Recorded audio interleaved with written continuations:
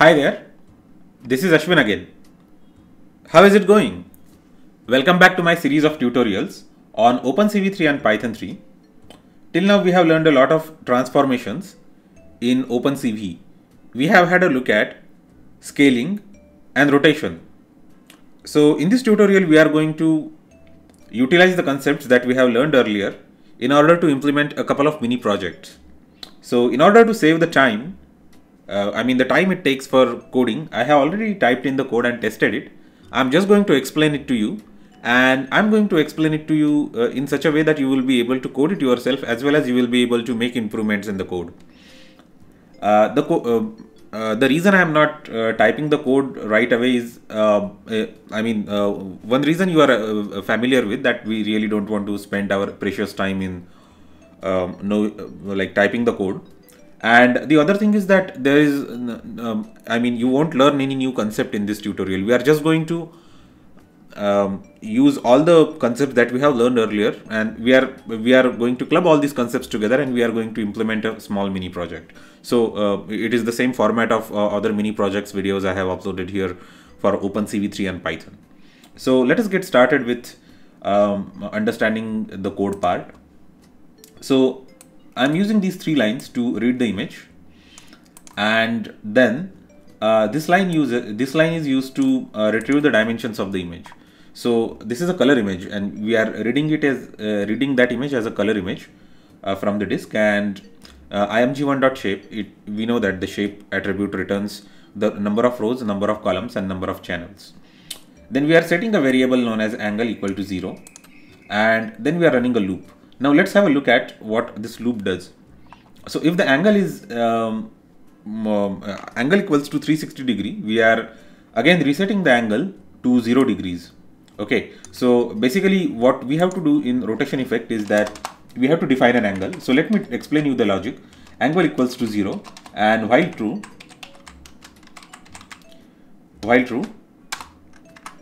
display image. So this is just an algorithm, this is not the code. Display image with rotated with angle,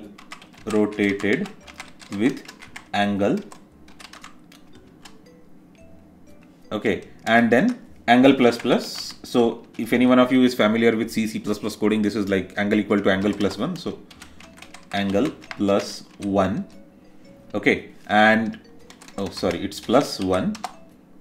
And finally, if angle equals to 360, then angle equals to 0. Okay, so this is the loop that we have to follow for all the mini projects that we are going to discuss in this particular video tutorial.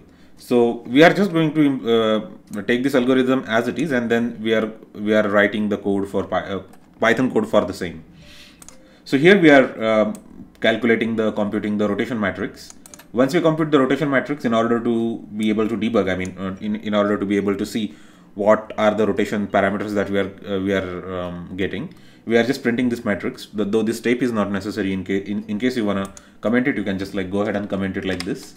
Okay, so I'll keep it as it is because I just wanna observe what the values, how the values of rotation matrix will change over the time. And finally, we are because as we know that rotation is nothing but a affine transformation, we are using warp affine function to apply this rotation matrix R on the image img1. So once it is done, we are just rendering the image, and this angle equal to angle plus 1 is this line, okay, from this algorithm. And then we can either keep this angle equal if condition either in the beginning of the loop or in the middle of the loop, okay, or in the end of the loop. Finally, we are checking for the key press. Okay, if there is any sort of key press, keyboard event, and if it is escape key which has been pressed, then the program comes out of the loop, and it goes ahead and destroys the window. So let's have a look at the execution. We will have a look at both the outputs, the console output as well as the output in the OpenCV window. Okay, so let's have a look at the execution, how it executes. Okay, as you can see here, the values of the rotation matrix are changing. Okay, they are changing very fast because we have kept here the delay equal to 0.01. Okay, so okay, and that sleep function we are importing it using a time library. Okay, in Python, it's a built-in library, as we all know, and this is the rotation matrix. Okay, so let's have a look at the OpenCV window and how the image is rotating.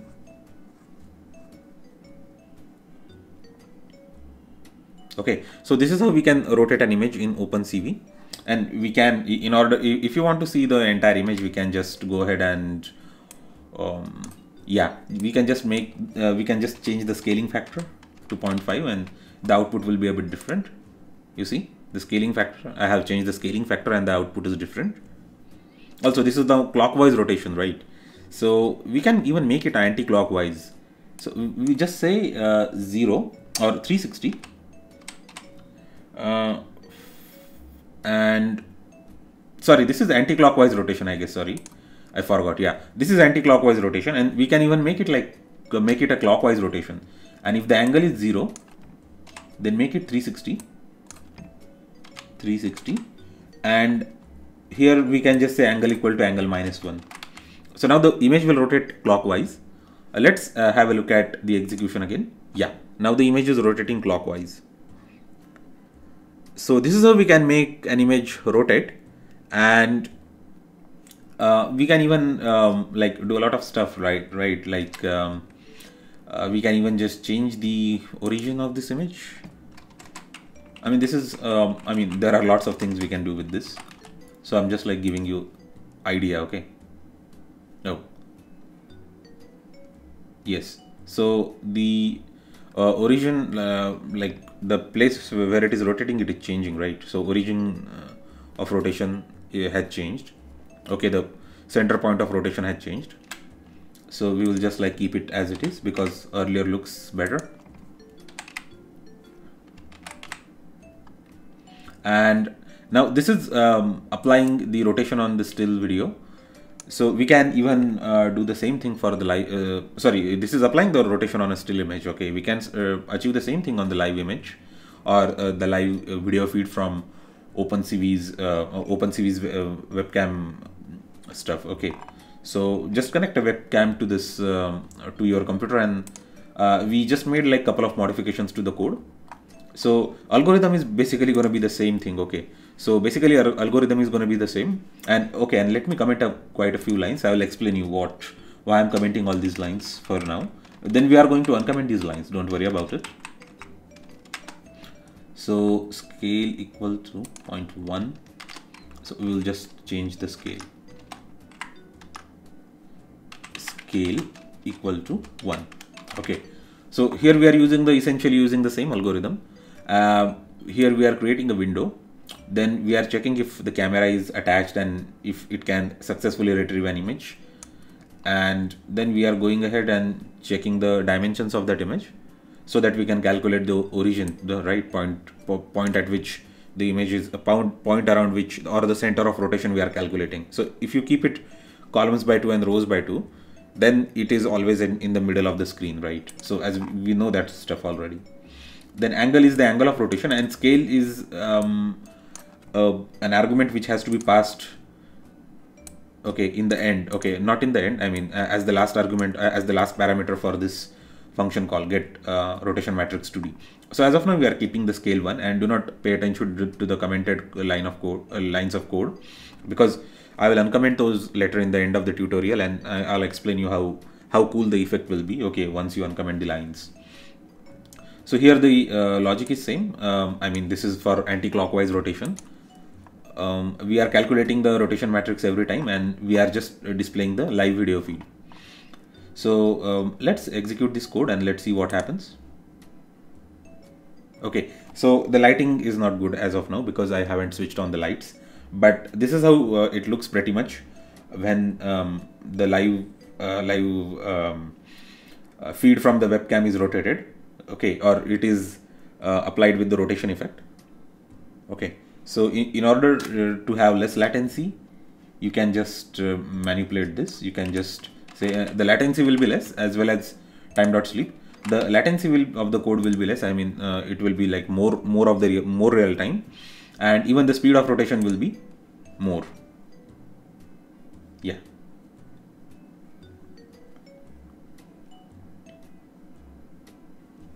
So this is how image rotation takes place. The lighting condition is not good, but I think that you are still able to see the live webcam stuff. Okay. So now let me explain you why I have kept the scale equal to 0.1 as of now. Okay. So I have earlier set scale equal to 1. So let me uncomment it. Let me uncomment scale equal to 0.1, and then let's go ahead with scale. Let's go ahead with uncommenting these lines of codes.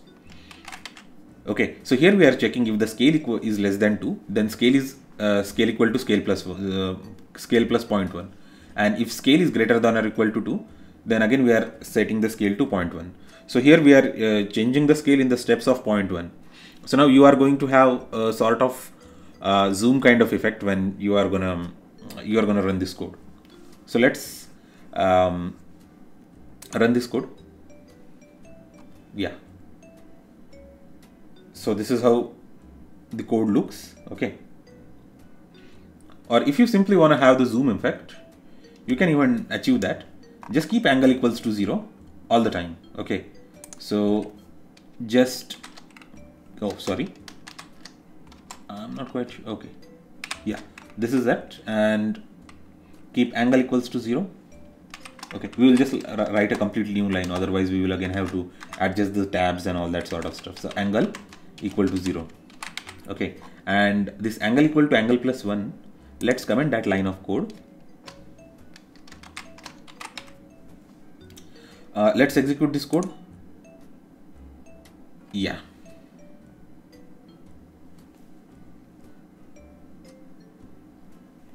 Okay, so this is how we are continuously zooming. We are creating a continuous zoom sort of effect on the live webcam feed. So this is something that we can. These are like couple of effects we can achieve using webcam, OpenCV, and geometric transformation. I mean, you can achieve a lot of effects like these.